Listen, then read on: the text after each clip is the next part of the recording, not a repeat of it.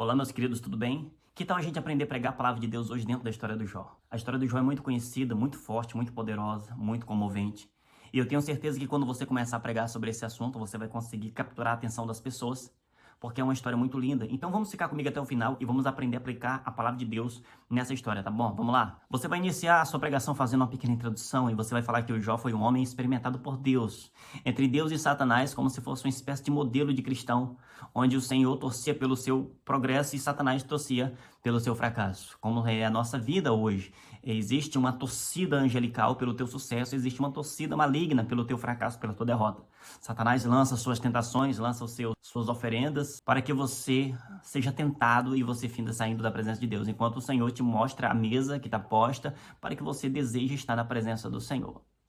Diga também para eles que a história de Jó dá para tirar uma infinidade de pregação, dá para falar sobre luta, dá para falar sobre perseverança, dá para falar sobre família, dá para falar sobre muita coisa, irmãos. Mas hoje nós vamos falar aqui sobre 4 pontos na vida do Jó, 4 certezas que ele tinha, 4 convicções que o Jó tinha na sua vida. Você vai colocar isso como o tema da sua mensagem, tá bom? E você vai fazer essa pregação inteira em cima de um único versículo. Tá lá no livro de Jó, no capítulo 19 e versículo 25. Porque eu sei que o meu Redentor vive e que por fim se levantará sobre a terra. Antes de qualquer coisa, você vai iniciar a sua mensagem dizendo que o Jó sofreu percas irreparáveis. O Jó sofreu percas pelo menos em 5 áreas da sua vida. A primeira área na qual o Jó sofreu perca foi na sua vida financeira. A Bíblia diz que ele perdeu tudo que tinha. 4 pessoas vieram trazer notícias: Jó, perdemos isso, Jó, perdemos aquilo, Jó, foi embora isso, foi embora aquilo. Então a primeira área que ele começou a perder foi na sua vida financeira. Em um momento para o outro, Jó ficou falido, Jó não tinha mais nada. Queridos, Deus tocou no meu coração para orar pelas pessoas que assistem esse canal. E se você deseja oração, eu quero que você coloque aqui nos comentários o teu nome ou o nome daquela pessoa para quem você deseja oração. Estarei apresentando essas pessoas em todas as minhas orações, as pessoas do meu canal. Deus tocou no meu coração e observe o que vai acontecer na sua vida, tá bom? Só escreve o nome da pessoa, escreve o teu nome, escreve a tua causa aí que eu estarei te apresentando. Agora vamos voltar para o vídeo. Segunda área na qual Jó sofreu uma perca muito grande foi na sua vida familiar. A Bíblia diz que seus 10 filhos morreram de um momento para o outro também. E na terceira área que Jó sofreu uma perca muito grande foi no seu casamento. A sua esposa já tinha desistido de tudo e disse: Jó, amaldiçoa esse Deus e morre logo de uma vez. Jó também sofreu uma perca na sua saúde. A Bíblia diz que ele contraiu uma enfermidade maligna, uma chaga maligna, tumores malignos em todo o seu corpo, do alto da cabeça à planta do pé. E a quinta e última área na qual Jó sofreu uma perca muito grande foi nas suas amizades. Os poucos amigos que restaram vieram visitá-lo simplesmente para acusá-lo de que ele estava naquela condição. Com certeza ele tinha cometido algum pecado.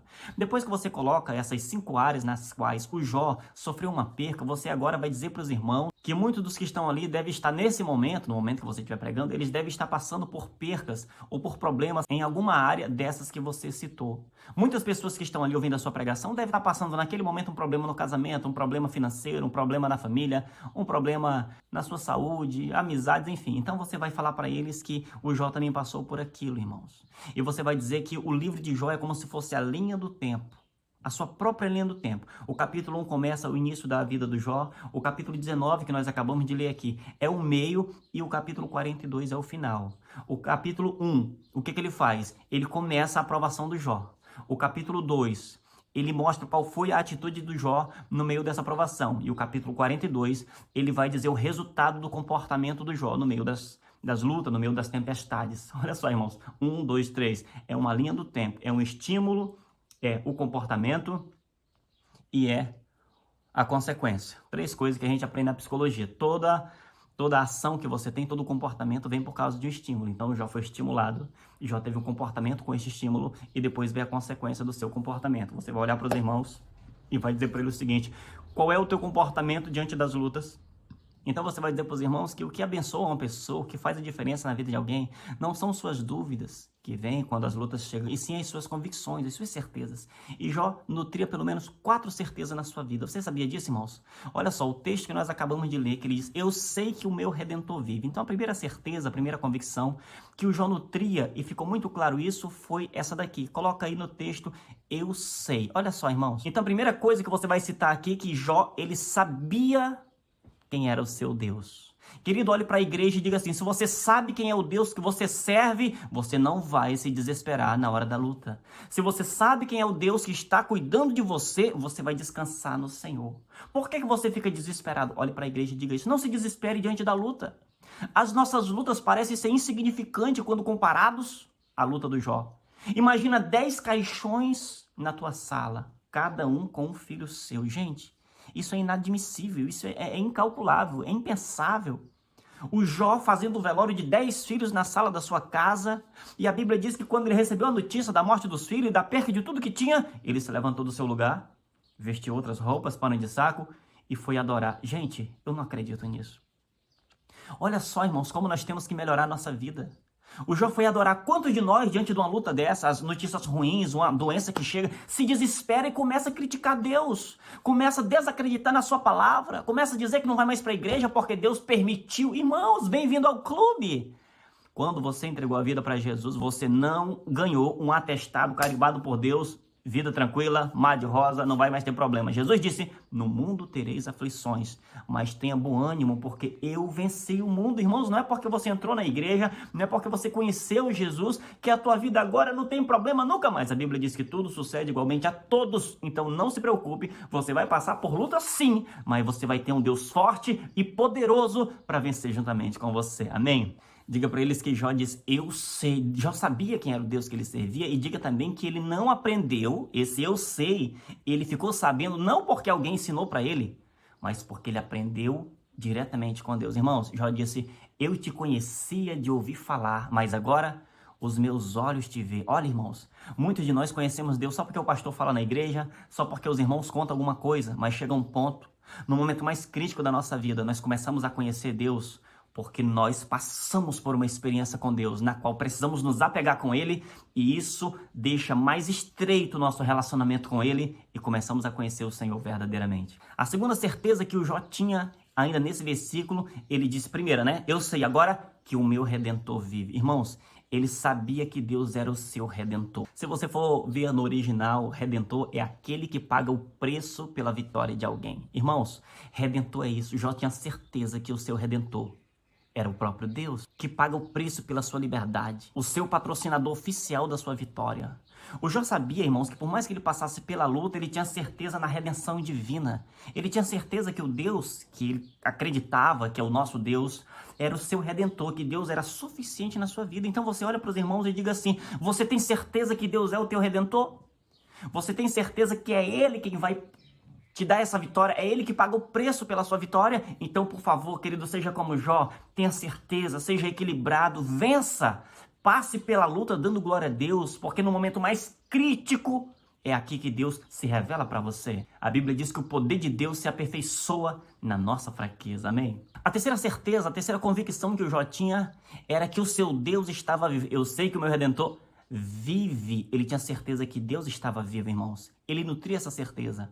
Muitos acreditam que Deus não está vivo, que Deus já morreu, acreditam que Deus não existe, muitos acreditam que Deus nunca nem existiu, mas nós que temos Cristo na nossa vida, temos certeza que além dele existir, além de ser o nosso Redentor, ele vive, ele está vivo para sempre, ele morreu, mas ressuscitou. Então olhe para os irmãos e diga: irmão, o teu Deus está vivo. Diga, ele não só está vivo, como ele trabalha até hoje. Jesus disse, o Pai trabalha até hoje e eu também. Deus não está lá, irmãos, no céu, sentado num trono, cochilando, não. Jesus não está deitado numa rede esperando a trombeta tocar, não. Ele trabalha dia e noite, incansavelmente, em favor do seu povo, em favor da sua igreja. O seu Deus está vivo, o seu Deus não está morto. Diga para eles, alegre-se, porque o seu Deus está vivo e ele vive em você. Ele vive dentro da sua vida. A quarta e última convicção do Jó, ele disse, e que por fim se levantará sobre a terra. Então, a quarta certeza que ele tinha, ele sabia que Deus iria se levantar em seu favor. Amém, irmão? Se levantar aqui é colocar-se de pé e entrar em cena. Ele sabia que Deus entraria em cena. Querido, escute, na história da tua vida pode ter muitos personagens, mas lembre-se, o principal personagem e que vai entrar em cena em qualquer momento é o próprio Deus, que vai entrar em cena para poder te abençoar, para poder te usar. Ele sabia que o seu Redentor se colocaria de pé. Irmãos, é assim que Deus faz.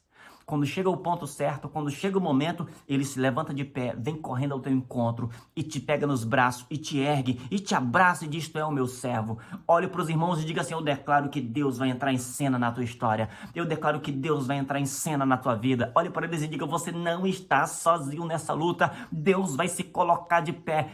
Como Jó disse, eu sei que o meu Redentor vive e que por fim se levantará sobre a terra. Irmãos, Deus vai se levantar sobre a sua vida. Deus vai se levantar na tua causa. Deus vai se erguer em teu favor. Olhe para os irmãos e diga: Deus vai te tirar dessa luta. Deus vai te ajudar a vencer essa luta e você vai ser mais do que vencedor. O interessante do livro de Jó, irmãos, é que no próximo versículo, o Jó diz que ainda que a sua carne fosse consumida, ele confiaria em Deus, sabe? É como se o Jó estivesse dizendo assim, ó: eu sei que o meu Redentor vive. Por fim se levantará sobre a terra. E ainda que eu morra nessa luta, ainda que Deus me mate nessa luta, nele eu confiarei. Irmãos, isso é muito forte. Olhe para os irmãos e diga: olha até onde Jó estava disposto a confiar em Deus. Ele disse: ainda que ele morresse naquela luta, ainda que ele morresse naquela prova, ele não ia reclamar, não ia desistir, não ia voltar atrás, não ia sair da igreja, não ia largar o seu Deus. Ele disse: ainda que eu morra nessa luta, eu vou confiar no Senhor, porque Ele é o meu Redentor. Jó deixou bem claro, irmãos, que ele não estava servindo a Deus por causa das coisas de Deus. Jó deixou bem claro que ele não era um adorador circunstancial, depende das circunstâncias. Não, Jó falou para a mulher dele: mulher, tu fala como uma louca. Recebemos o bem de Deus com muito prazer. E o mal tu não quer aceitar? E Jó deixa bem claro: nu eu saí do ventre da minha mãe e nu voltarei ao pó da terra. E ele deixa bem claro: Deus me deu, Deus tomou e louvado seja o nome do Senhor. É assim que nós temos que olhar, irmãos, as coisas de Deus. Se você é um adorador de verdade, um verdadeiro adorador e não adorador circunstancial, você vai entender que tudo que sair da tua vida ou tudo que entrar na tua vida foi Deus que permitiu. Então, louvado seja o nome do Senhor. Amém, meus irmãos? Então entenda que depois que você fizer tudo isso, diga para eles que no capítulo 42, Deus restaura, Deus restitui para o Jó tudo aquilo que ele tinha perdido. Inclusive, Deus dá de forma dobrada para ele tudo de novo. Entenda, irmãos, que o capítulo 42 da história pode chegar na tua vida a qualquer momento. A restituição vai chegar na tua vida a qualquer momento. Olha para os irmãos e diga: vai chegar na tua vida a qualquer momento o capítulo 42 da tua vida. Deus vai restituir na tua vida tudo que foi perdido, tudo que foi roubado, porque Ele não muda e Ele é fiel. Apenas fica firme e mostra que você é um adorador de verdade. Depois de tudo isso, faça uma conclusão.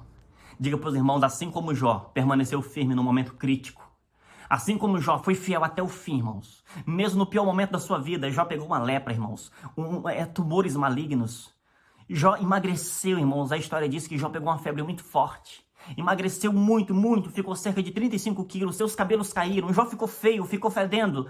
Nas suas feridas tinha bichos que 7 metros de distância dava para sentir. Jó ficou num momento muito crítico. Seus amigos vieram só para acusar. Jó, confessa logo que tu tá em pecado. Irmãos, ele tinha tudo para largar a sua fé, mas ele foi fiel. Olhe para os irmãos e diga: não largue a sua fé. Faça como Jó. Não desista, não olhe para trás. Depois que você concluir tudo isso, coloque os irmãos de pé e diga: quem quer receber de Deus agora? Força para vencer, força para atravessar esse vale. Vem aqui na frente. Eu vou orar para Deus te dar uma nova energia, para Deus te dar uma injeção de ânimo. Vem aqui na frente que eu vou orar pela sua vida. Deus vai restituir tudo. Você chama a igreja de pé, chama na frente, pergunta quem quer entregar a vida para Jesus. Querido, vai ser a mensagem da sua vida, tá bom, meus irmãos? Se você gostou, clica nesse like e compartilha esse vídeo e se inscreve. Deus te abençoe e até a próxima.